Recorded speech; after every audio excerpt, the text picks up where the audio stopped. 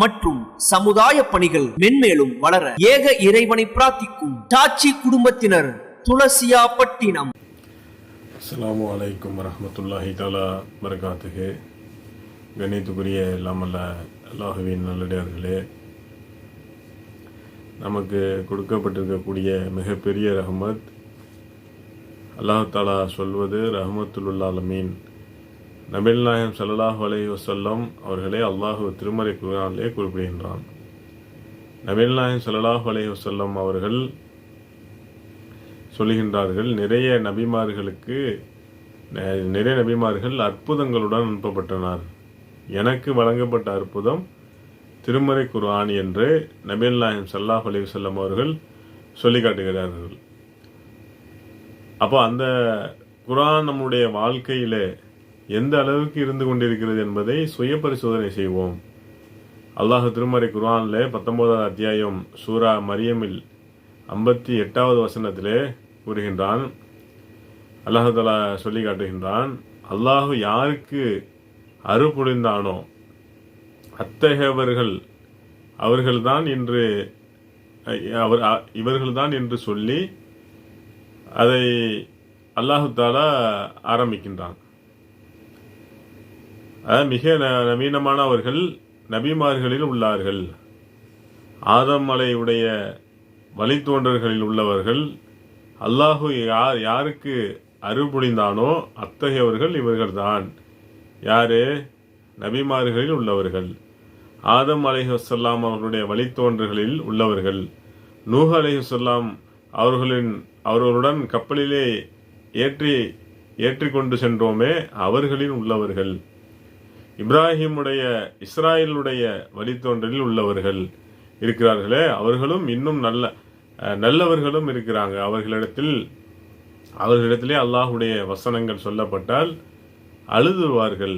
அவர்கள் சஜிதாவில் விழுந்து விடுவார்கள். எப்பொழுது குர்ஆனுடைய அந்த வசனங்கள் கேள்விப்பட்டால் அழுதவர்களாக சஜிதாவிலே விழுந்து விடுவார்கள். என்னுடைய வாழ்நாளிலே ஒரு முறையாவது இந்த குர்ஆனை படித்து நான் அழுது சஜிதாவில் விழுந்திருக்கின்றேனா என்பதை சிந்தித்து பார்த்தால் இல்லை. 0 ஒரு தடவை கூட நாங்கள் அழுததும் கிடையாது, அழுது சஜிதாவிலே விழுந்ததும் கிடையாது என்பதை தான் நமக்கான பதிலாக இருக்கும்.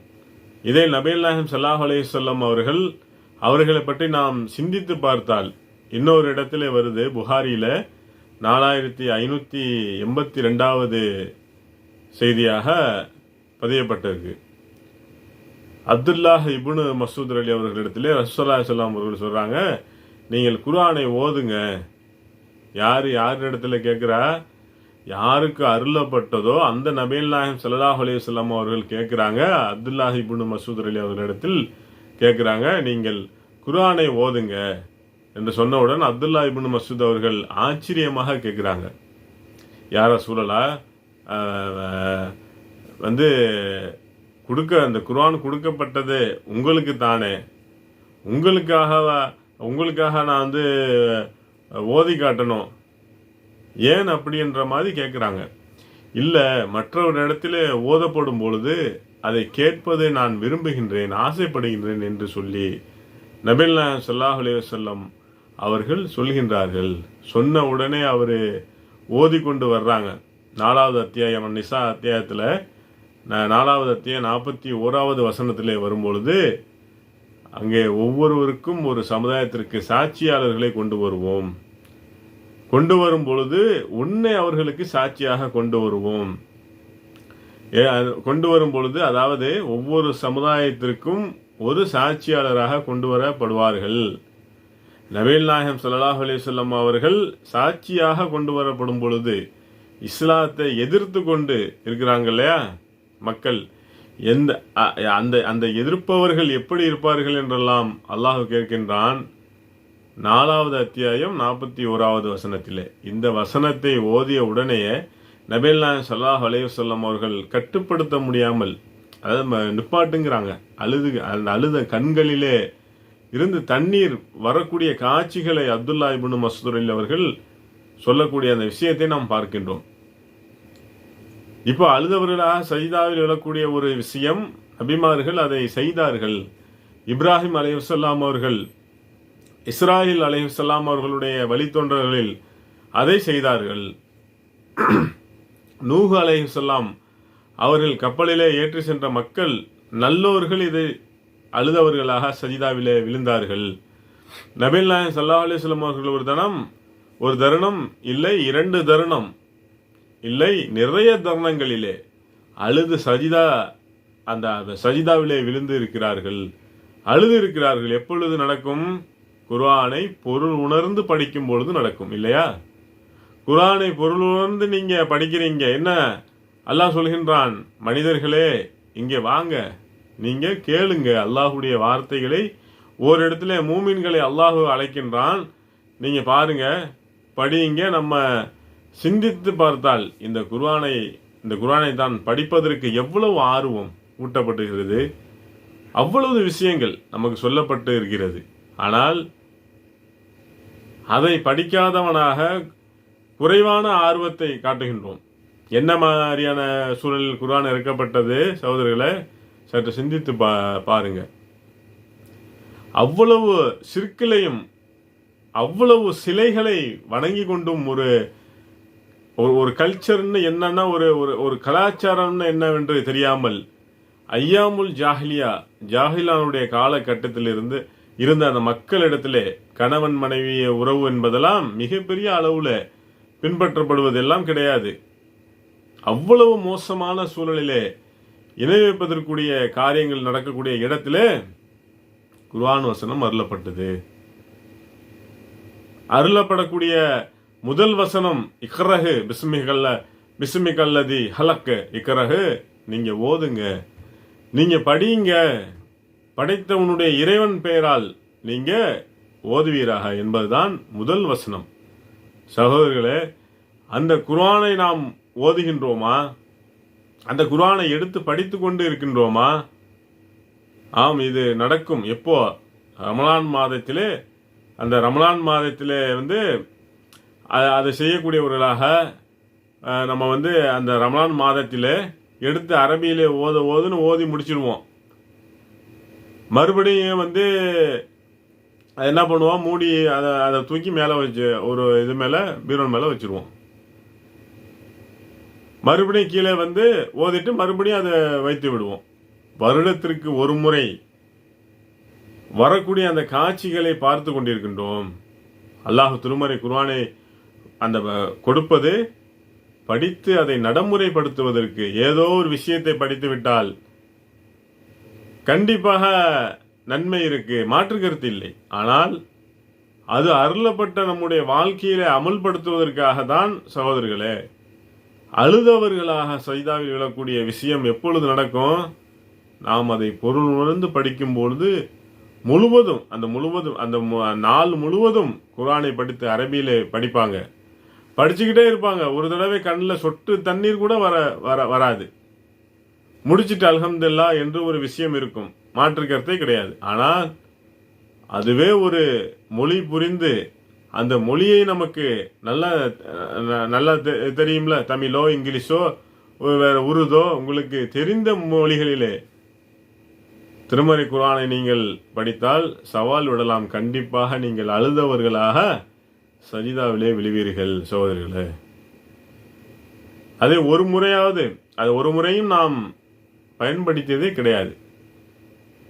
அதிகப்படியான நேரத்தை செலவிடுவது கிடையாது. செல்போனை எடுத்து நீங்க ஆப்ல எவ்வளவு நேரத்தை செலவிடுவீர்கள் என்றெல்லாம் வந்துருச்சு. இன்ஸ்டாகிராமு, ஃபேஸ்புக், வாட்ஸ்அப்பை எடுத்து ஒவ்வொரு ஆப்புக்கும் எவ்வளவு நேரம் செலவு பண்றீங்க என்கிறதே பாருங்க. திருமறை குர்ஆனுடைய ஆப்பை எவ்வளவு நேரம் செலவழிச்சிங்கன்னு பாருங்க.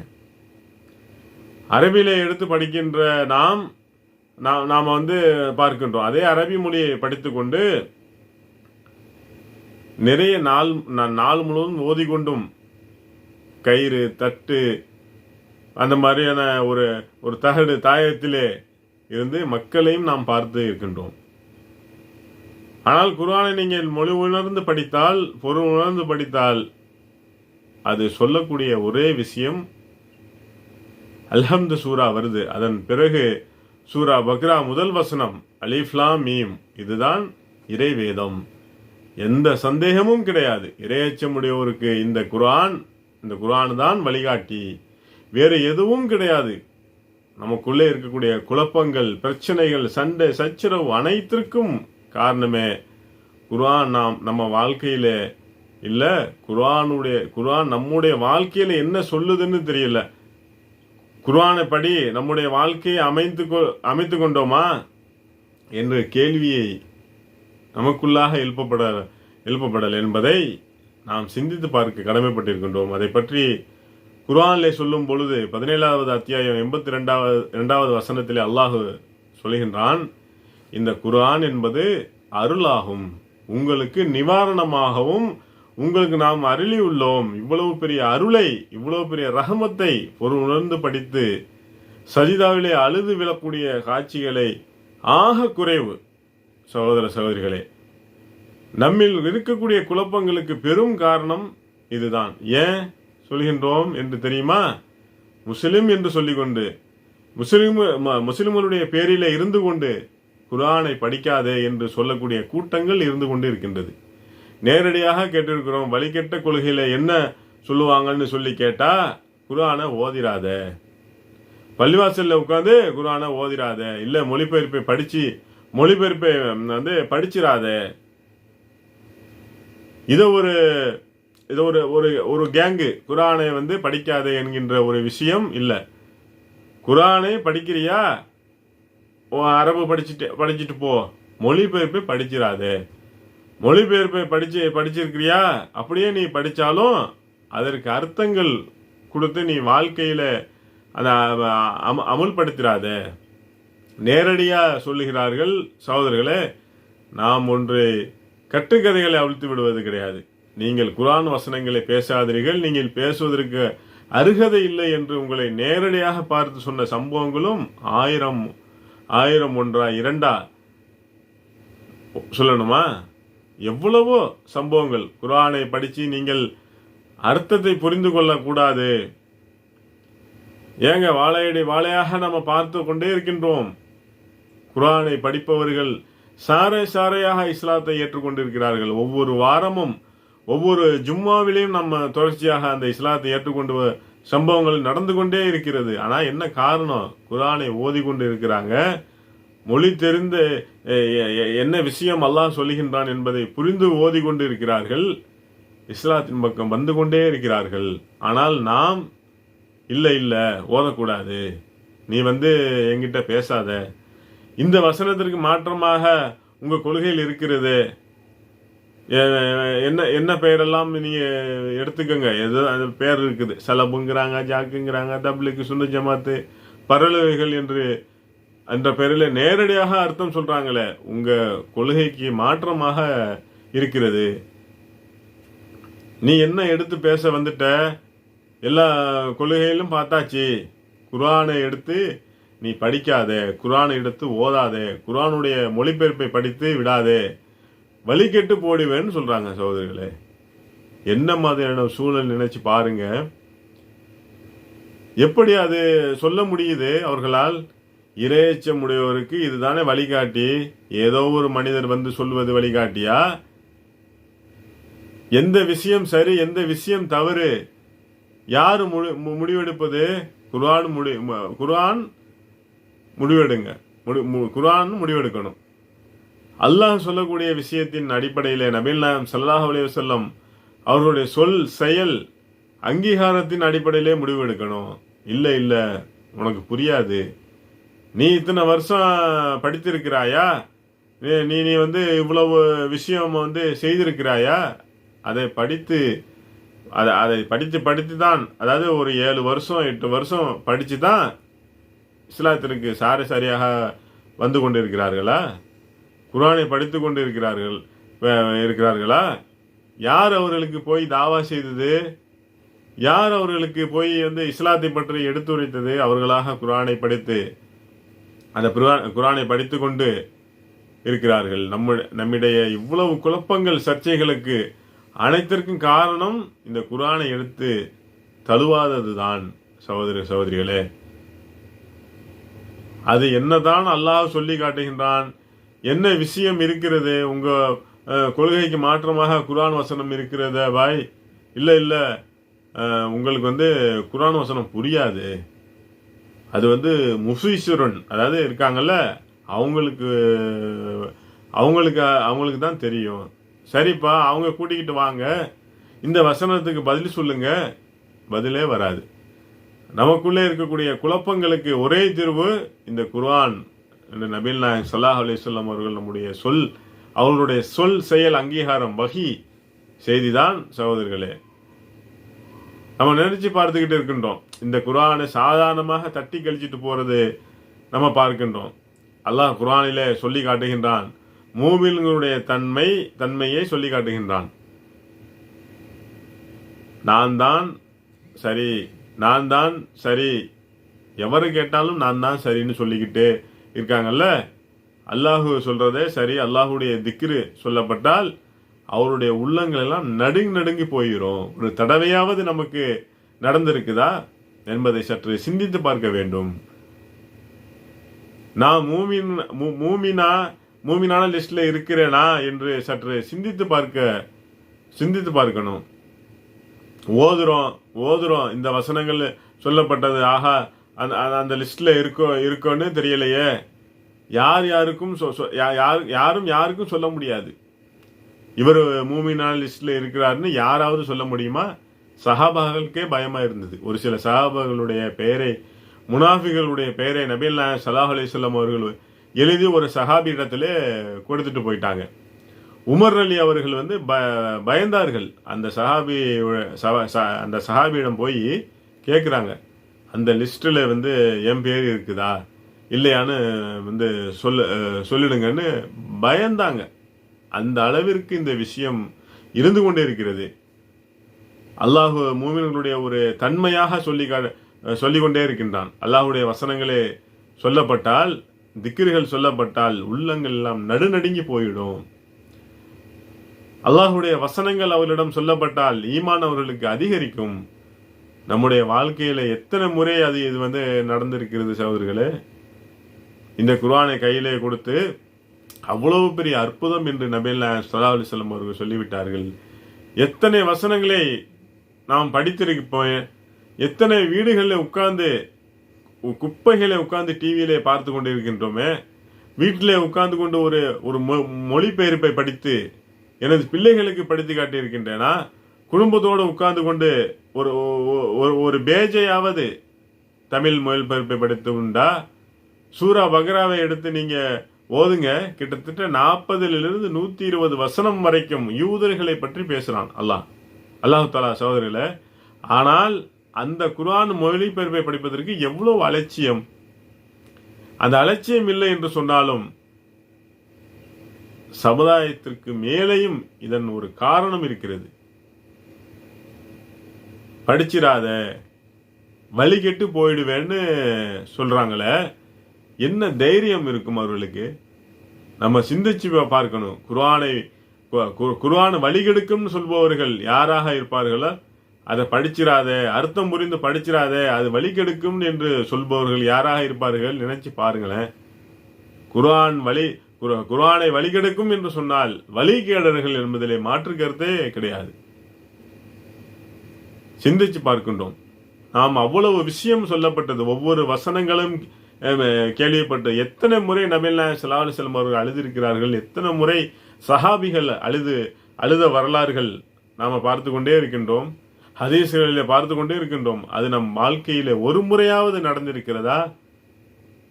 அவ்வளவு குறைவாக இருந்து கொண்டிருக்கிறது. அந்த குர்ஆனை படிக்காதீங்கன்னு சொல்லிவிட்டு இருக்கக்கூடிய கூட்டம் இருப்பதையும் பார்க்கும் பொழுது பயமாக இருக்கிறது. நம்ம ஒன்று சேர்க்க வேண்டும் என்று சொன்னால் இன்னார் சொன்னார் வந்துகிட்டே தான் இருக்கும். ஒரே பதில் குர்ஆன் தான். நபிகள் நாயகம் ஸல்லல்லாஹு அலைஹி வஸல்லம் சொன்னதுதான், வேற எதுவுமே இருக்க முடியாது. அதை நாம் பொருள் உணர்ந்து படிக்க ஆரம்பிப்போம் இன்ஷா அல்லாஹ். குடும்பத்தோடு உட்கார்ந்து ஒரு 5 நிமிஷம் 10 நிமிஷம் உட்கார்ந்து நீ படி, உட்கார வைத்து நீங்க படிச்சு தமிழ்ல சொல்லுங்க, இங்கிலீஷ்ல சொல்லுங்க, படிச்சு இதுதான் அர்த்தம் என்று ஒவ்வொரு முறையும் நீங்கள் படியுங்கள், கண்டிப்பாக சொல்கின்றோம். இது வழி கெடுக்காது சகோதர சகோதரிகளே, இதுதான் வழிகாட்டியாக நிற்கும். நாம் எல்லாம் இங்கே ஒன்று கூடி இந்த விஷயத்திற்காக இருக்கின்றோமே என்று சொன்னால் அதற்கு காரணம் இதுதான். அந்த குரான் படி நம்முடைய வாழ்க்கையை அமைத்துக் கொள்வோம் என்பதுதான் அர்த்தம். இதை எப்படி புரிஞ்சுக்கலாம்னு கேட்டால் இன்னொரு இடத்துல வருது, யூதர்களை பற்றி சொல்லப்படுது. தௌராத்து வழங்கப்பட்ட அதை கடைபிடிக்காமல் இருந்தவர்களுடைய எடுத்துக்காட்டு புத்தகத்தை சுமக்கும் கழுதையை போன்று என்று அல்லாஹ் சொல்லி காட்டுகின்றான்.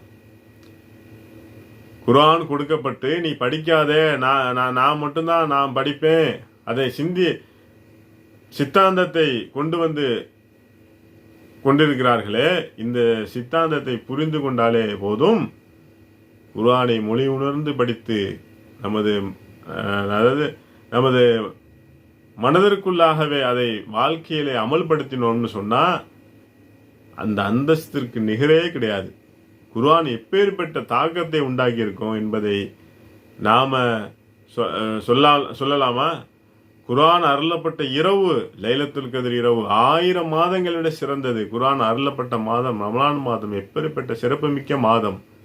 அருளப்பட்ட ஊர் மக்காவாகவும் மதீனாவாகவும் புனித தலங்கள் சகோதரர்கள் சகோதரிகளே. அருளப்பட்ட நபர் நபியல்லாஹி ஸல்லல்லாஹு அலைஹி வஸல்லம் அவர்கள் தங்களுடைய உயிரை விட மேலானவர்களாக அவர்களை நினைத்து கொண்டு இருக்கின்றோம். குர்ஆனை சுமந்தவர்களாக அந்த குர்ஆனை இஞ்சி இஞ்சாக ஃபாலோ செய்து அதில் என்ன இருக்குன்னு அதை பார்த்து அதை ஃபாலோ செய்து சஹாபிகள் நம்ம அனைத்து சமுதாயத்திற்குமே சிறந்த சமுதாயமாக இருந்து கொண்டிருக்கிறார்கள். எப்பேற்பட்ட அந்தஸ்து! இந்த வசனம், இந்த விஷயம் என்னுடைய வாழ்க்கையில இருக்கணும் இன்ஷா அல்லாஹ், இது என்னுடைய உள்ளத்திலே இருக்கணும் இன்ஷா அல்லாஹ், எனது குடும்பத்தின் மத்தியில இருக்கணும் இன்ஷா அல்லாஹ். ஒரு உணர்ந்து படிக்க தொட்டதெல்லாம் பொன்னாகும் சொல்லுவாங்கல்ல, அது குர்ஆனுக்கு மட்டுமே சாத்தியம் சகோதரர்களே. ஒவ்வொரு நிமிஷமும் நீங்க ஒரு இன்ஸ்டாகிராமு, வாட்ஸ்அப்பு, ஃபேஸ்புக்கு வேற ஏதோ ஒரு ஓபன் பண்ணி நீங்க பாக்குறீங்களே, அந்த நேரத்தில் நீங்க தமிழ்ல படிங்க, இல்ல இங்கிலீஷ்ல படிங்க. ஒரு டார்கெட்டை வச்சு பயணிப்போம் இன்ஷா அல்லாஹ். அதை படிக்க கண்டிப்பா அதுதான் வழிகாட்டும். இந்த விஷயத்தை ஆழமாக நம்ம புரிந்து கொள்ள கடமைப்பட்டு இருக்கின்றோம். இதுக்கு அடுத்ததாக இன்னொரு மிக முக்கியமான ஒரு விஷயத்தை நாம் சொல்றது கடமைப்பட்டு இருக்கின்றோம். நிறைய பேர் இஸ்லாத்தை படிச்சுட்டு வந்துகிட்டு இருக்கிறாங்களே.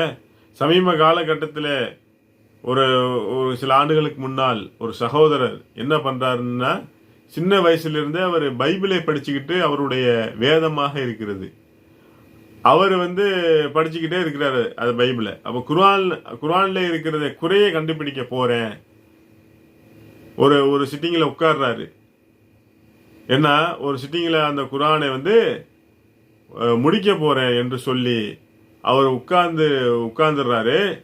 ஒரு சமீப காலகட்டத்தில் இப்ப ரொம்ப வைரலாக அது கூட சமீபத்தில் ஓடிக்கிட்டே இருக்கு.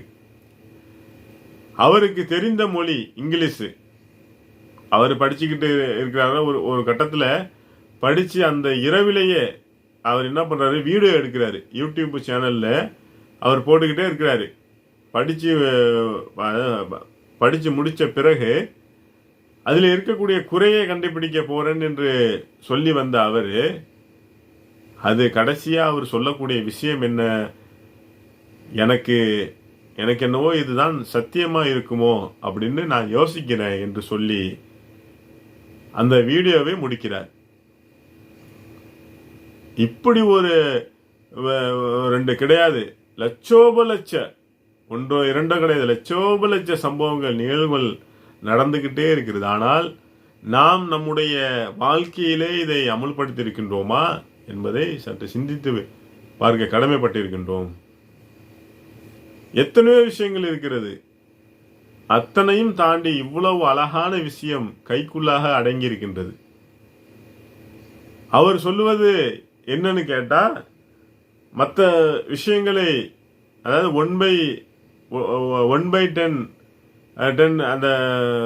அந்த பெர்சன்டேஜில் தான், அந்த சதவீதத்தை தான் இந்த குர்ஆனுடைய மொத்த விஷயங்களும் இருக்குதுன்னு. ஆனால் அவ்வளவு விஷயத்தையும் அல்லாஹ் சொல்லி காட்டுகின்றான். ஒருவேளை இதுதான் சத்தியமோ என்று எனக்கு என்ன தோன்றுகிறது என்று அதில் தவறை பிழையை கண்டுபிடிக்க வேண்டும் என்று ஒரு செட்டிங்கில் உட்கார்ந்தவர் முழுவதுமாக படித்து ஒருவர் சொல்லுகின்றார், வாழ்நாள் முழுவதும் கையிலே குர்ஆன் இருக்கிறது, வீட்டின் மேலே குர்ஆன் இருக்கிறது, பீரோல் மேலே இருக்குது, கபோர்டு மேலே இருக்கிறது, மொழிபெயர்ப்பு இருந்து கொண்டு தான் இருக்கிறது, செல்போன் ஆப்ல கூட இப்போ வந்திருக்குது.